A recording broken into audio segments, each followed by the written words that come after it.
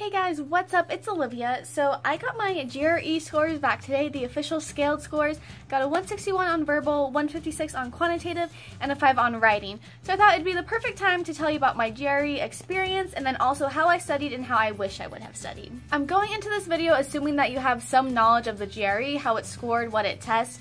If you have questions about that, please refer to the ETS website, which I will link below, because I'm not going to be covering that in this video. Before we start, I also want to say that a good score just depends on what kind of program you're going into.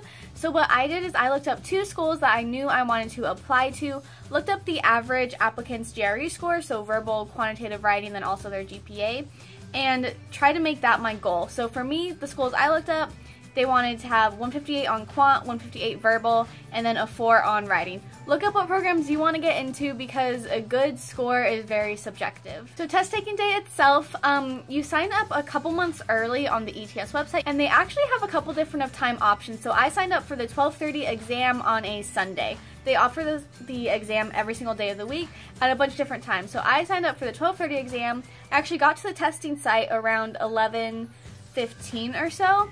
And I went in and said, hey, I'm here early, is there any way I can start early? And they said yes. I went in, they had me just sign a bunch of papers basically that said I understand that I'm the one taking the test, no one's taking it for me. And then I was also given a key for a locker to put all of my stuff in. And then during the exam, you're not allowed to access your phone, but during your 1 10-minute break, you can get your water and food. They also had me do like a metal detector thing, and like for the camera they make you like turn out your pocket. Yeah, make sure you take a jacket. It was not cold where I was at all. I was wearing shorts, tennis shoes, and a t-shirt, but maybe the other testing room was cooler because I saw people in like sweatpants and long sleeve like sweatshirts and scarves and things like that.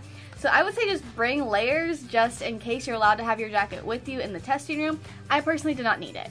So the exam was just like the practice exam on the ETS website. It was also super similar to the Manhattan Prep test, which is what I used to study, so I'll show you that in a minute. But it was very similar. It started out with 2 writing, and then I had a math, verbal, break, math, verbal, math. So I ended up having an extra math section. I don't know which one was scored, which one wasn't, and sometimes they do that. Hopefully you won't have an extra scored section, but a lot of times you either have an unscored, unmarked, so you don't know which one is the not going to be graded one, or you'll have one where they say this is for research purposes only, this is not graded. The test took me a solid 4 hours, which was a really long time considering every time I took it at home it took me a solid 3 hours. So during my practice exams, I had been finishing with like 10 minutes early on every single section, then maybe review it for like 5 or so minutes, but on this exam I took literally the entire time on each section. And then right away you get your raw score, and then you can say if you want to send the scores to some schools or not while you're waiting on your writing, and then like 9 to 14 days later you'll get your writing score. So that was testing day. I thought the tests were very much exactly like all the practice tests I had taken using Manhattan Prep. So I will show you how I study now. So I got the book set, it's like 1 through 8 on Amazon of the GRE study books, and it studies, or it has like algebra, geometry, quantitative analysis, word problems, and then like the last 2 books are on sentence and text completion and reading comprehension and essays. The very first thing you should do when studying is take a diagnostic test. So before you look at anything, go on the Manhattan Prep website and you can get 1 free practice test. Each of these books also comes with 6 free practice tests. But yeah, on the website they have 1 free practice test. So I would first take that and skip the essays because there's like 2 chapters in one of these books that covers essay writing, and it's very specific what they want you to write about, how they want you to approach the problem. So the first time I would say don't take the essays because you're wasting your time. You don't want to write wrong when there's like a very specific way to write. Take the diagnostic test, see where you're at so you know what to work on. So on my first practice test, I got a 155 on quantitative and a 158 on verbal. And like I said, the schools I was looking at, they both had 158 on quant and verbal, so I knew that I needed to work on my quantitative score. So I started just going through each textbook, started with algebra, read through it. It tells you like how to do problems, and then it also has problems throughout. Then at the end of each chapter it has a problem set, and at the end of each book it has like a lot of practice problems. So at the very beginning, I was going through and doing everything. I think that is probably important to do for like the first 2 books or so, just because this is the foundation for like all the other math you're going to be doing. Another book that I bought that I wish I didn't was this 5-pound book of practice problems. Like I said, during every single book, it has examples throughout, it has problem sets throughout, and the last like 2 chapters of it are practice problems. So this was definitely a waste of money. I have not used it at all, and I would suggest instead getting the flashcards. For your verbal score, I feel like there's not really much you can do to improve it or change it. It's just a lot of reading comprehension strategies, which I don't know. I know I'm equipped with as a college student, but there is a lot of like out there vocab. And when you do have the Manhattan Prep, like I signed in, made an account to store my practice tests and like all that stuff, they do have a free, like, I think it's 20 or 50 word vocab set that you can work on, the advanced set and the like basic set of words. And honestly, studying that like the week before my exam, I wish I had known about it earlier. I wish I had bought the flashcards, like I said. But I didn't discover it until about a week before my exam, and that's honestly what helped me get my verbal score even higher, because the reading comprehension, like I said, you kind of know or you don't. So yeah, I definitely recommend getting the 500 set of advanced vocab words. So how much you want to study really depends on you and when you're taking the exam. Originally, I had planned to take it, I wanted to take it like August 26th. You usually take it like August or so that if you need to retake it, you take it at the end of September. I ended up taking it September 13th, or no, September 17th actually, so I kind of cut it close. So I studied very, very little in July, maybe got through 1 book, and then in August and beginning of September, I studied the rest. And at the beginning, like I said, I went through every single thing. Towards the end, once I was getting through more math books, I just would do maybe the problems throughout and then not worry about the problem sets at all. Because at that point, I had to be really like picky about where I spent my time. I took my first diagnostic test, I think in July. And then I didn't take my next practice test until the 5th of September.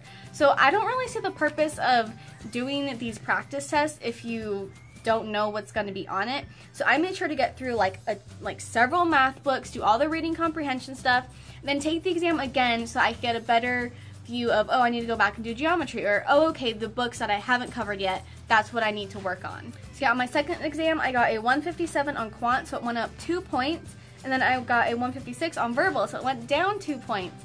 And then my third exam I took the next day, I got a 158 on quant and a 158 on verbal. So now I was like meeting where I needed to be. At the back of the reading comprehension essay books, it does have a vocab section. It has a list of vocab words, but personally it's really hard for me to learn from a list, so that's why I recommend you getting the flashcards through Manhattan Prep as well. But this set of 8 books I think prepares you extremely well. The practice tests are basically the same as when you actually take the GRE.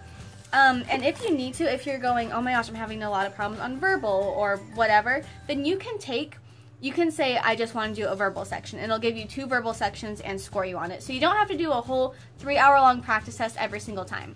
Now I said don't do the essays on the diagnostic test, but do the essays all after that, because you do need to build up that stamina for testing for 3 hours straight. And towards the end, you should be very strict about 1-minute breaks in between, and oh, only go to the bathroom during your 10-minute break and things like that. On the ETS website, they also offer 2 free practice exams, I believe, and it does give you your score. But on the Manhattan Prep, once you take the practice test, it actually tells you which questions you got wrong, the solutions to it, what category that's in. So is it geometry, is it decimals, is it percentages?